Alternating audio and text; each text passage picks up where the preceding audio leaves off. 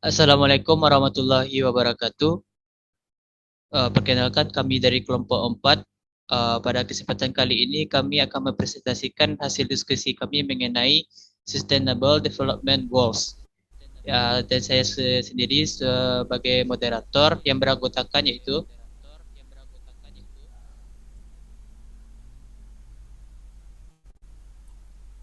Saya Aidil Fitra Yusuf. Saya Farhan Bima Fitrah. Saya Melati Sukma Mentari. Saya Mariam. Saya Putri Karani Masta. Dan saya Cynthia Azri.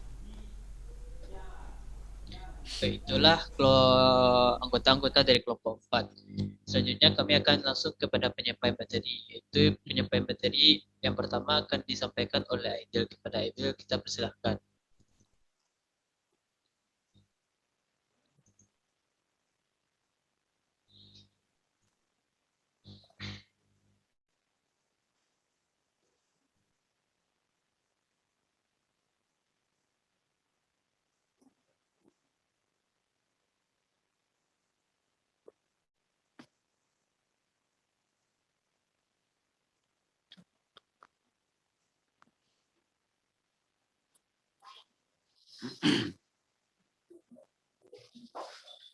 Baiklah, saya akan menyampaikan materi pertama, yaitu tentang Sustainable Development Goals SDGs. Itu merupakan suatu rencana aksi global yang disepakati oleh para pemimpin dunia, termasuk Indonesia, guna mengakhiri kemiskinan, mengurangi kesenjangan, dan melindungi lingkungan. SDGs berisi 17 tujuan dan 169 target yang diharapkan dapat dicapai pada tahun 2030. Tujuan pembangunan berkelanjutan (TPB) Sustainable Development Goals adalah pembangunan yang menjaga peningkatan kesejahteraan ekonomi masyarakat secara berkesinambungan. Pembangunan yang menjaga keberlanjutan kehidupan sosial masyarakat, pembangunan yang menjaga kualitas lingkungan hidup, serta pembangunan yang menjamin keadilan dan terlaksananya tata kelola yang mampu menjaga peningkatan kualitas hidup dari suatu generasi ke generasi berikutnya. Penggunaan dan penyebutan istilah Sustainable Development Goals relatif populer secara global dan telah disosialisasikan melalui berbagai forum, koordinasi, kegiatan komunikasi, advokasi, dan liputan media. Selanjutnya, pengenalan bisnis digital. Bisnis online merupakan segala jenis kegiatan bisnis yang dilakukan secara online melalui internet karena mengandalkan jaringan internet. Bisnis jenis ini bisa dilakukan di mana saja dan kapan saja selama masih tersedia jaringan internet. Setiap pelaku usaha yang sebagian aktivitasnya ataupun semua aktivitas bisnisnya dilakukan melalui internet. Bisa dikatakan mereka menjalankan bisnis online. Aktivitas bisnis online ini bisa meliputi kegiatan jual beli online maupun menyediakan jasa secara online dan banyak jenis bisnis lainnya yang bisa kita temukan di online di berbagai industri.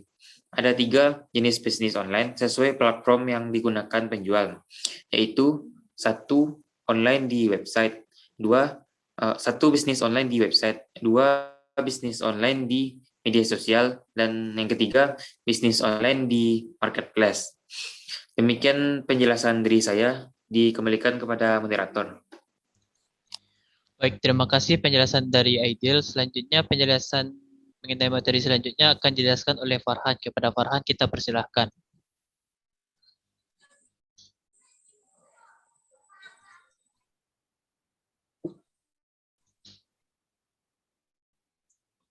Keuntungan bisnis online. 1. Mudah dikerjakan. 2. Menjangkau lebih banyak pasar. 3. Modal yang dikeluarkan relatif kecil. 4. Produknya fleksibel, bisa banyak macam. 5. Transaksi cepat dan praktis. Kelemahan bisnis online. 1. Tidak bisa bekerja tanpa koneksi internet. 2. Terjebak dalam ongkos kirim yang mahal. 3. Persaingan yang ketat. 4. Sangat memungkinkan barang tidak sampai ke alamat tujuan.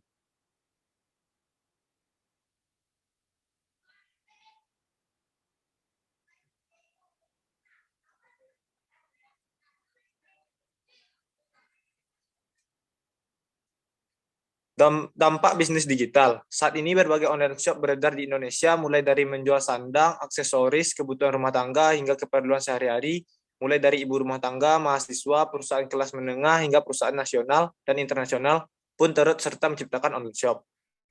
Selain untuk meraup untung, apa yang membuat online shop di Indonesia berkibar dengan hebatnya? Perkembangan teknologi digital yang dimulai pada sekitar era 90-an telah mempengaruhi proses produksi dan konsumsi media secara signifikan. Sebagian orang melihat perkembangan ini secara positif karena berpotensi untuk membuka pintu-pintu baru bagi demokrasi dan kreativitas masyarakat. Hal ini didukung oleh fitur khusus media digital yang memungkinkan fleksibilitas konvergen media, distribusi muatan, partisipasi pengguna, dan kendali pengguna atas muatan media tersebut. Di lain pihak, kritik beranggapan bahwa opini yang menyatakan media digital seperti internet akan mampu memberikan kebebasan berekspresi dan kemudahan mendapatkan informasi bagi semua orang merupakan mimpi belaka. Hal ini disebabkan karena muatan media digital seperti internet tetap dipengaruhi oleh kekuatan-kekuatan sosial tertentu. Itulah yang dapat saya sampaikan. Kembali ke moderator. Baik, terima kasih penjelasan dari Farhan. Selanjutnya, penjelasan materi selanjutnya akan dijelaskan oleh Melati. Kepada Melati, kita persilahkan.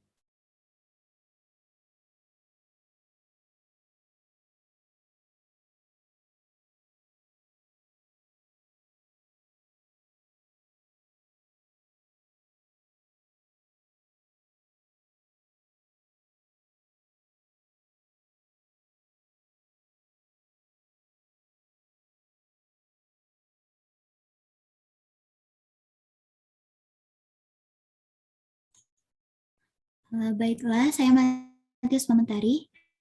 Mohon maaf sebelumnya moderator, kenapa slide-nya nggak berubah?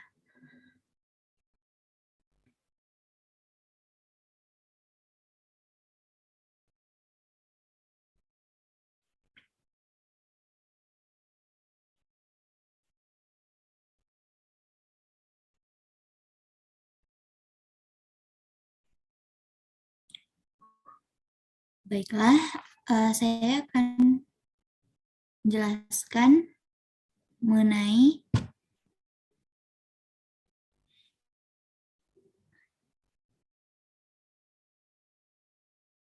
dampak bisnis digital.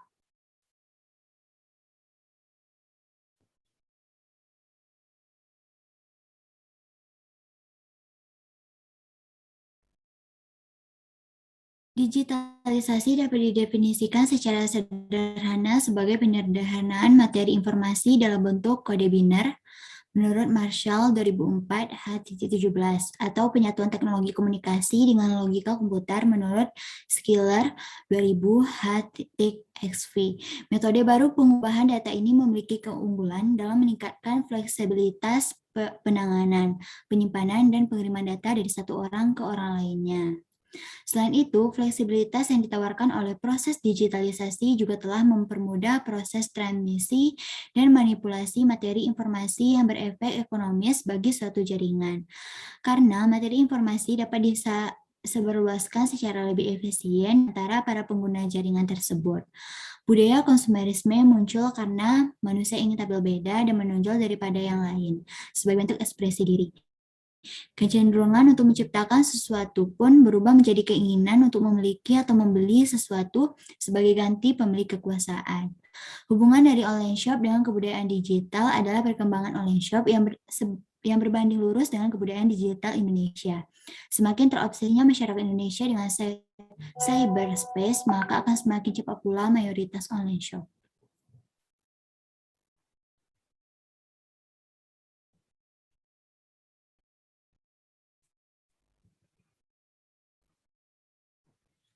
Oke, selanjutnya saya akan menjelaskan yaitu contoh kasus mengenai kasus Lazada berikan dampak buruk bagi e-commerce. Kasus beli iPhone 6 Plus dapat sabun mandi melalui situs belanja online Lazada yang dialami seseorang bernama Daniel Darusman disebut-sebut mampu menimbulkan dampak buruk bagi e-commerce di Indonesia. Menurut Sajian Indonesia atau Communication User Group, Muhammad Jumadi mengatakan permasalahan yang banyak dialami e-commerce saat ini adalah masuknya data yang besar namun tidak diimbangi oleh sistem aplikasi yang baik. Nah, salah satu permasalahan dalam e-commerce ialah dengan data yang besar, banyak kemungkinan salah kode apabila tidak disiapkan sistem aplikasi yang memadai. Perlu adanya sistem keamanan yang memadai sehingga data tidak mudah dihack, ujar Jumadi. Meskipun tidak ada indikasi dihack atau sistem keamanan yang dimiliki Lazada telah benar-benar aman, Lazada tetap perlu melakukan evaluasi terkait sistem yang ada di dalam tubuh mereka. Jika sistem keamanan data Lazada memang sudah secure, ada kemungkinan kesalahan kode barang dalam sistem di Lazada yang menyebabkan peristiwa itu dapat terjadi, tambah Jumadi. Jumadi memberikan beberapa catatannya terkait masalah salah kirim barang yang dilakukan Lazada tersebut. Ia pun mengungkapkan jika konsumen yang merasa dirugikan dapat menuntut e-commerce bersangkutan karena memang ada dasar hukumnya. Sekian penyampaian materi dari saya kembalikan kepada moderator. Baik, terima kasih penjelasan dari Melati. Selanjutnya, materi selanjutnya akan dijelaskan oleh Mariam. Kepada Mariam, kita persilahkan.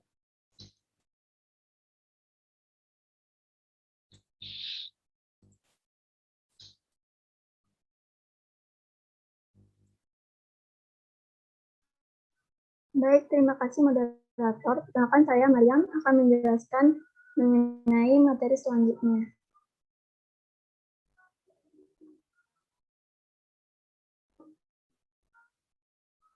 Yaitu salah satu contoh kasus isu bisnis digital. Yang kedua yaitu jualan gading gajah online. Akhir September 2015, sebuah gerakan muncul yang mempetisi penyedia layanan belanja online untuk tidak menjual produk yang terbuat dari gading gajah. Petisi tersebut dibuat oleh pengguna Change.org bernama Wisnu Wardana. Wisnu berkaca dari kasus gajah Sumatera bernama Yongki yang ditemukan tewas dengan lidah membiru dan gading dicabut paksa seminggu sebelumnya. Wisnu yang juga merupakan seorang dokter hewan itu bahwa selama ini cenderamata yang terbuat dari gading gajah ternyata diperjualbelikan secara bebas di situs e-commerce di Indonesia seperti Bukalapak, Lazada, dan Tokopedia. Sebagai konsumen yang cerdas dan masyarakat yang peduli terhadap satwa yang dilindungi, melalui petisi ini, mari kita sampaikan kepada pengelola toko online besar di Indonesia untuk mencantumkan kebijakannya secara tertulis untuk tidak mengizinkan penjualan produk-produk yang berasal dari semua satwa dilindungi, termasuk gading gajah. Tulis Wisnu. Toko online yang disebut pun akhirnya memutuskan untuk mencabut penjualan produk gading gajah di layanan mereka. Sekian yang dapat saya sampaikan, saya kembalikan kepada moderator. Baik, terima kasih kepada Mariam. Selanjutnya, materi akan dijelaskan oleh Putri. Kepada Putri, kita persilahkan.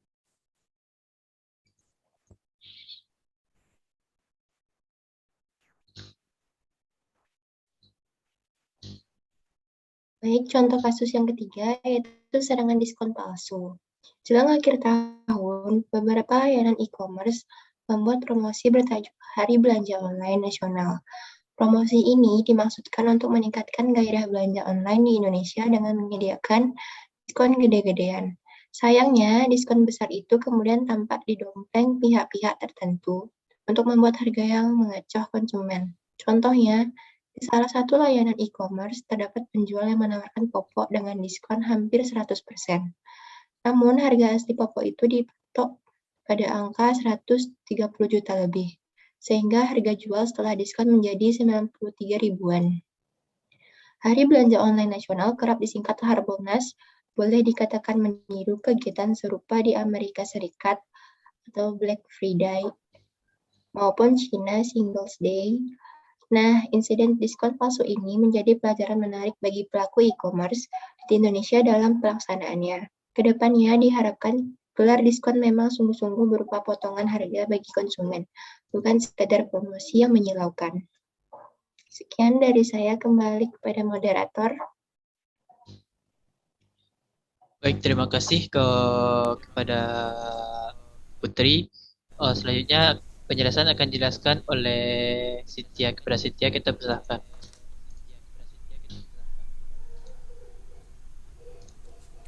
Baiklah, terima kasih kepada moderator. Saya akan memberikan kesimpulan mengenai presentasi kita pada hari ini. Jadi, kita sebagai pengguna e-commerce yang harus berpandai-pandai dan bijak dalam menggunakan e-commerce tersebut. Sangat banyak kemudahan yang kita dapat dalam menggunakan e-commerce, tetapi jangan lupa juga kejahatan dan penipuan juga sangat mungkin menyapa kita jika kita tidak berhati-hati. Jadi, saya akan sedikit memberikan tips untuk berbelanja di e-commerce. Yang pertama yaitu pilih e-commerce yang terpercaya. Cobalah untuk buat daftar kebutuhan yang Anda inginkan agar sesuai dengan pengeluaran. Yang kedua, pilihlah e-commerce terpercaya dan memiliki rekomendasi cukup bagus. Bandingkan juga dengan e-commerce lain sebagai acuan bahwa Anda benar-benar tidak salah memilih e-commerce. Yang kedua, perhatikan verifikasi e-commerce. Cek kembali apakah e-commerce yang kita pilih tersebut sudah terverifikasi atau tidak. Disarankan kita untuk tidak sembarangan mengklik tautan melalui SMS atau email. Cukup langsung kunjungi situs e-commerce tersebut. Yang ketiga, periksa rating. Biasanya beberapa e-commerce mencantumkan penilaian dari beberapa pembeli. Usahakan cari e-commerce yang memiliki rating bagus. Biasanya, e-commerce yang cukup bagus akan banyak mendapat penilaian bagus dari para pembelinya.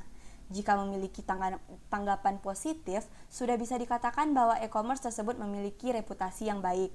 Yang keempat, baca ulasan dan deskripsi produk. Sebelum memilih barang yang kita inginkan, sebaiknya kita memperhatikan ulasan produk tersebut. Hal ini akan memudahkan kita untuk mendapatkan informasi apakah barang tersebut layak atau tidak, terutama yang memuat dengan foto-foto. Selain itu, kita juga bisa lihat deskripsi barang terutama bahan-bahan produk. Yang kelima, pilihlah cara membayar yang aman. Banyak sekali metode pembayaran transaksi secara online. Pilihlah metode yang sesuai dengan e-commerce tersebut, misalnya menggunakan rekening bersama, di mana rekening tersebut merupakan sebagai perantara antara pembeli dan juga penjual, sehingga uang yang kita transfer juga tidak langsung diterima oleh penjual. Simpan juga bukti pembayaran kita apabila barang yang kita terima tidak sesuai dengan ekspektasi. Dan yang terakhir, jangan pernah bagikan kode rahasia. Apabila ketika kita mendapatkan kode rahasia melalui pesan singkat, misalnya SMS, itu adalah kode untuk otorisasi transaksi. Jadi, jangan pernah bagikan kode yang bersifat rahasia ke pihak manapun yang tidak Anda kenal dengan alasan apapun. Jadi, intinya kita harus tetap berhati-hati. Sekian dari saya kembalikan lagi kepada moderator. Baik, terima kasih atas penjelasan dari Cynthia dan juga kesimpulan dari Cynthia. Saya selaku moderator, mohon maaf apabila ada kata-kata dan yang kurang berkenan di hati ataupun yang salah, mohon dimaafkan. Saya akhiri dengan wabillahi taufiq wal hidayah. Assalamualaikum warahmatullahi wabarakatuh. Waalaikumsalam. Assalamualaikum warahmatullahi wabarakatuh.